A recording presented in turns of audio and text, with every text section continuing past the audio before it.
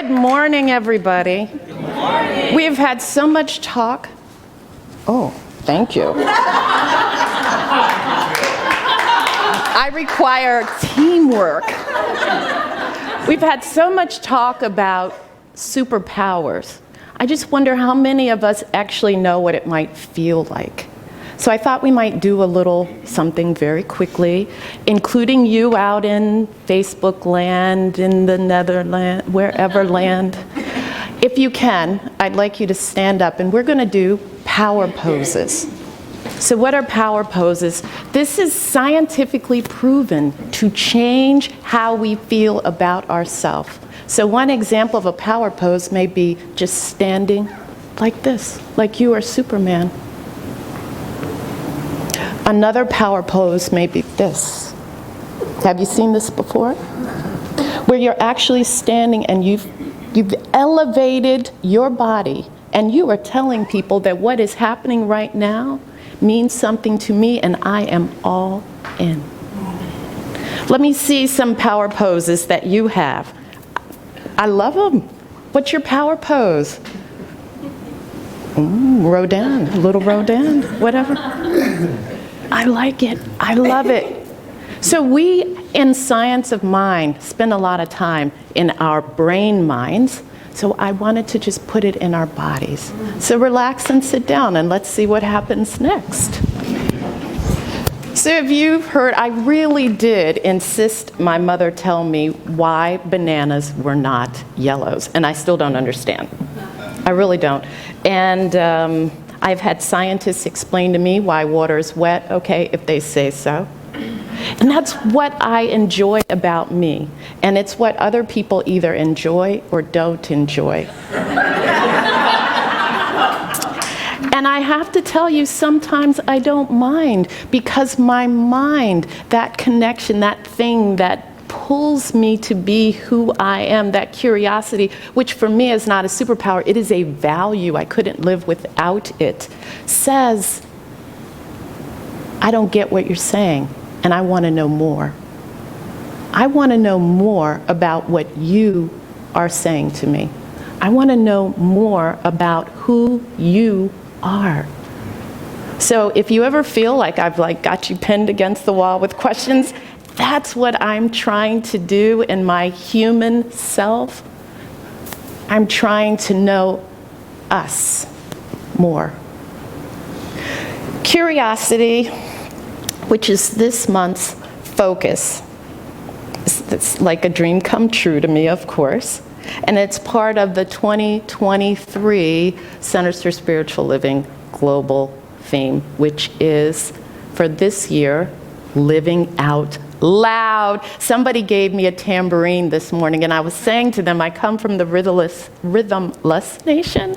So if you want to join me, just ask and I'll pass it to you, because living out loud means we are no longer tied to those rules that we put in our mind. Living out loud means we are free, we are open and receptive to being in oneness. In science of mind, what do we believe? What is the underlying foundation? We create our experiences through the beliefs that we have about ourselves. So if curiosity is an easy way to deepen our understanding of who we are, then it's got to lead us to a better understanding of the story that we keep telling ourselves. And more important for me, in my understanding of these principles, is curiosity leads me to shift that story. I am no longer that unattractive little girl. I am no longer that person who cannot sing for everyone. I am no longer whatever might come after that for you. Shifting our story. It's not ignoring, it's not doing anything but changing our perspective, right? So changing perspective, right now I'm standing on this side. And I can see over here so much more directly than I can see over here. Now I'm standing on this side, and I can see this so much more directly. All I've done is shift my position, change my story. I'm still in the same room, this is still in the same place, and so is everybody else. Changing our story is what gives us the freedom to live all out, and as our new minister says, show God a good time. We are in for a ride, but that's another talk for another day.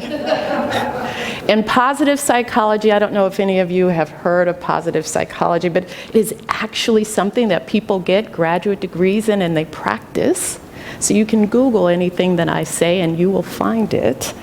In positive psychology circles, they describe the flow as the almost total absence of emotions during an actual practice. So why am I talking about flow? And I know some of you are saying, what? The title for today's talk is Inquiring Minds Want to Flow. So flow, have you heard the term in the zone? It's the same thing. It is the same thing. So when we're in the flow, when we're in our zone, we are free of emotions. We are free of all the rules that we normally might live with. I think, for me, that is the best time to be curious about myself. It really, really is. Because when I'm in the zone, when I'm in the flow, I'm only in the present moment. I have no interest in the future, no interest in the past. Because being in the moment is being in perfect harmony with the thing. Being in the flow is in perfect harmony with my truth. And if it's true for me, it's got to be true for who? Everyone. Anything I can do, you can do better. I love that song. So, in those moments when I'm in the flow, and I'm of conscious mind, don't think I do this every day, all day long, because I do not. I turn my curiosity inward, because those are the ideal moments for my self-discovery. At the chairs, I put pieces of paper in case you want to do a little writing. And if you don't have a piece of paper, you have a phone, pull out your phone. If you don't have that, just sort of play along with me, and I'm going to give you 3 questions to just think about. The first one is, why is curiosity used in the journey of self-discovery?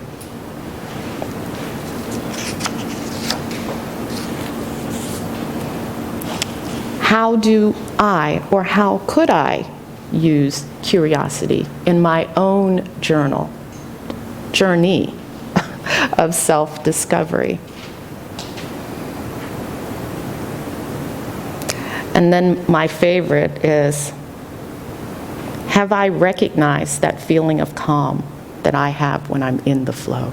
Because I'm asking you to consider, when you're in the flow, when you're in the zone, that's when you use your curiosity superpower to know more, to deepen your understanding about you. So you might be thinking, why is it important to even talk about curiosity, right? I don't think that anyone in the room who has English as their first language has never used the word curiosity. But I think we have to talk about it, so we can remember how important it really is.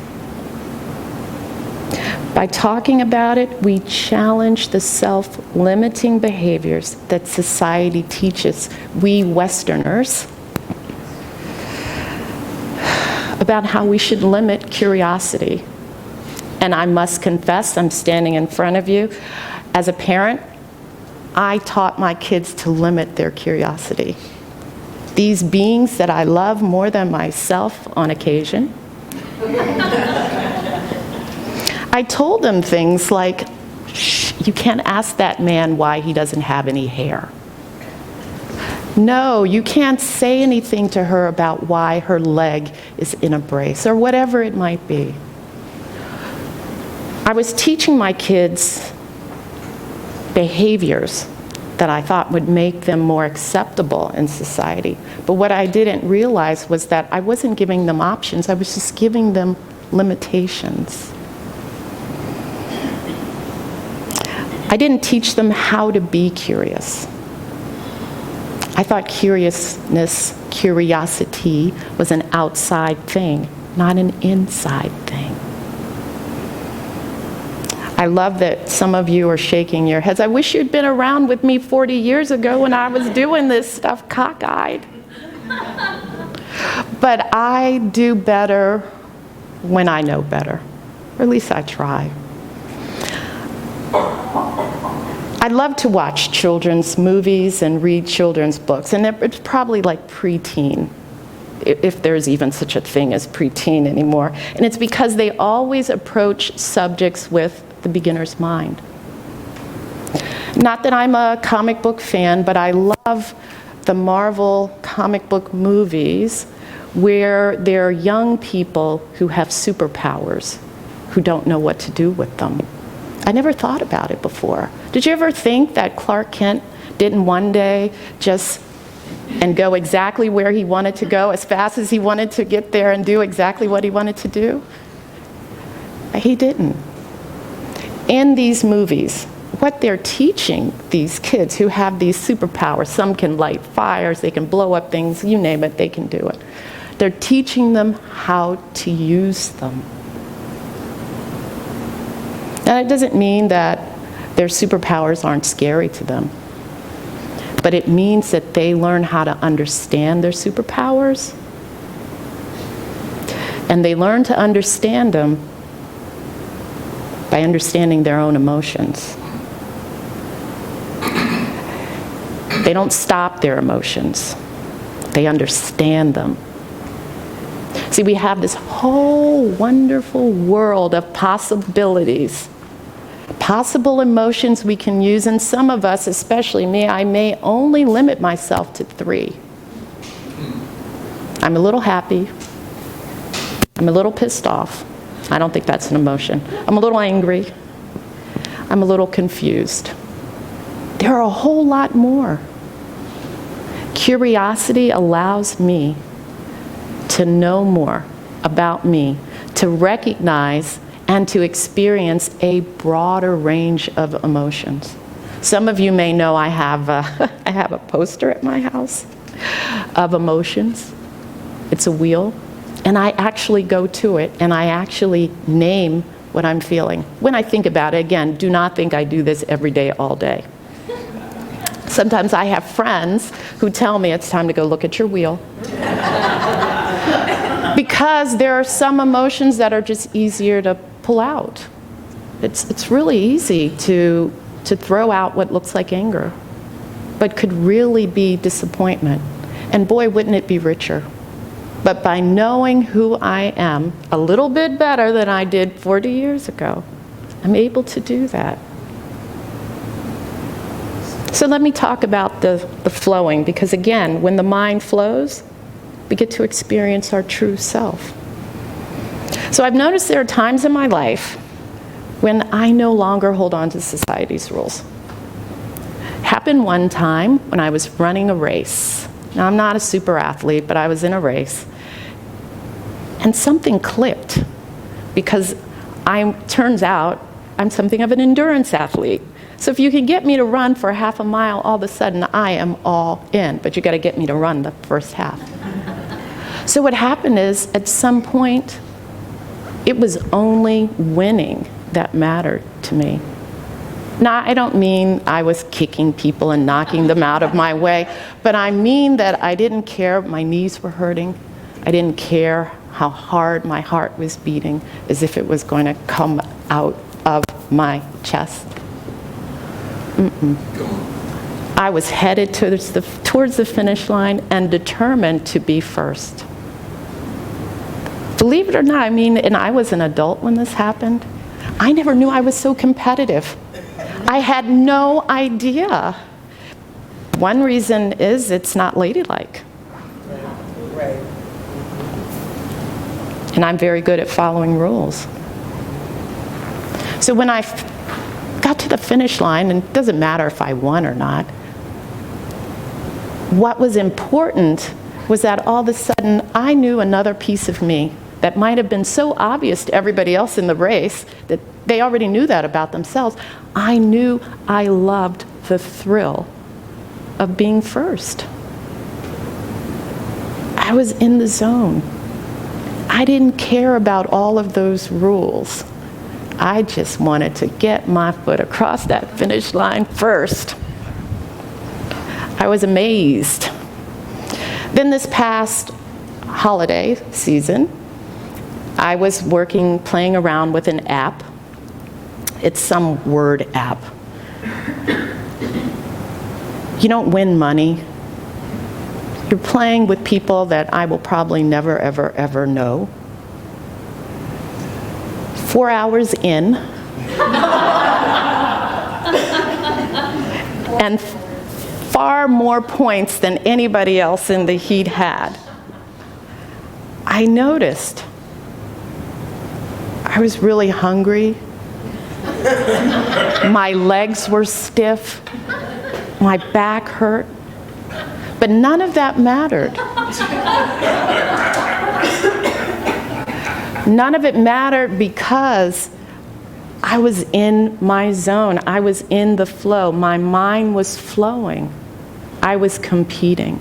It is so empowering to me. Now I got to figure out what I'm going to do with this knowledge, but I don't know, maybe you've had those kinds of experiences yourself where you learn something about yourself that was there all along. And you may have seen it, but you didn't want to. Yeah. Oh, one of my favorite is looking into the eyes of my beloved. Could be my pet, could be my kids, could be Dr. Phil, and just getting lost in that place. You ever do that and lose track of time and lose track of just everything and just want to stay there? There are so many ways we as human beings can enjoy being in the flow, can allow our minds to shift. And when that happens, that's when we say to self, not to anybody else, what am I feeling?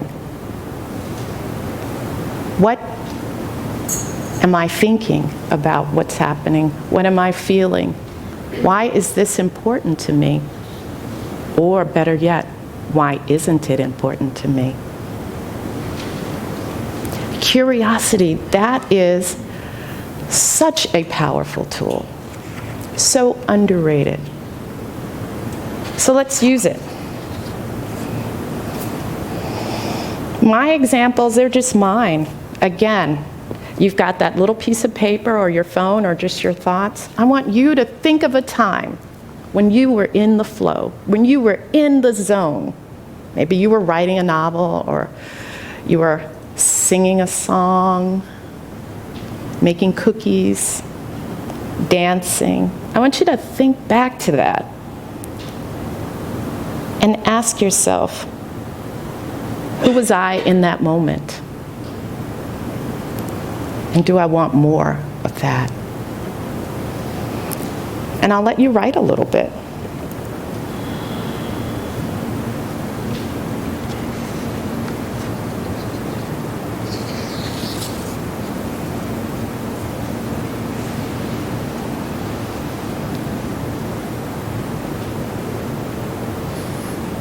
I was watching Netflix, which is sort of where I like to binge, because you can see anything from anywhere in the world about anything at any time. And there was a show called The Human Playground. And I watched one episode. You've seen it? Yes. Some of it I had to fast forward through. And I'll tell you why. There are these people, just everyday people, doing things that they like, to get themselves into the flow. They're intentionally doing this. They recognize this is how they get in their zone. One of the people insists on running ultramarathons, and if you don't know what that is, you're running like more than 100 miles in some unwielding conditions. And in this episode, we had a below-the-knee amputee running 165 miles across the Sahara Desert. Yeah, I see your face, yeah. Literally, she ended up not finishing. She was in so much agony. Yet she was, once her body recovered from the agony, she was like, I was in the zone. I know there's nothing I can't do. So one of the things that I find myself doing is sort of voyeuring and finding out how other people find their way into the zone. I don't know if some of you in the room want to share how you get yourself in the zone. Anybody? Meditation I love that. gets me in the zone. Singing gets me into the zone. Children get me in. I love little ones. So, yeah. That's beautiful, beautiful. Anyone else want to share? Yes. Singing and praying. Yes. Love that. Love that. Yes. Dancing and good conversation. Yes. Getting quiet. Getting quiet. Can appreciate that. Yeah. I think the key is we all have our way. Oh, yes. Meditating. Yes. Yes. And there's so many forms of meditation. What's your favorite form? Just sitting quietly. Sitting quietly. Yeah. Breathing. Purposeful breathing. Breathing. Just purposeful breathing. It's Yes. so powerful. Yes. Breathing is life. Yes. Divine is life. So,